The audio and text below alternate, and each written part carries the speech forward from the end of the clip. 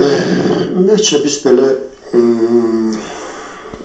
böyük klublarda belə deyək, yəni statistik biz bir o qədər önəm vermirik. Biz sadəcə onların ümumi oyun sistemini, ümumiyyətcə onların meydandakı düşüncəsini, hərəkətini biz bunlara daha çox önəm veririk və əgər bu belə böyük bir klubdursa və belə yenə qeyd edirəm, böyük bir məşqçi varsa, əlbəttə ki, bu nəticə belə də olmalıdır, uğurlu nəticələri belə də olmalıdır. Çünki böyük bir azarkeş dəstəyi, böyük məşqçi, ümumiyyətlə böyük bir komanda, kollektiv və biz hər il baxsaq, hətta burada məşqçilər dəyişəndə belə onu əvəz edən məşqçilər biri-birindən daha da belə deyək, nəticəni düşünən məşqçilər olur. Çünki bu komandanın, bu klubun xarakteri sanki həmişə qalır.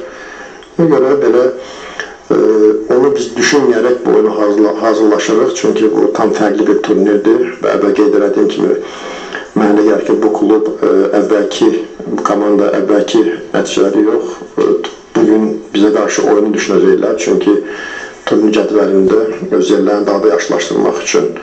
Və ilmin cənablıya gəldikdə, ümumən durum belə pis deyil. Yəni, sabahı kimi yenə vaxtımız var. Yenə həkimlərlə məsləhət eləyəcək. Oynama ehtimalı da var.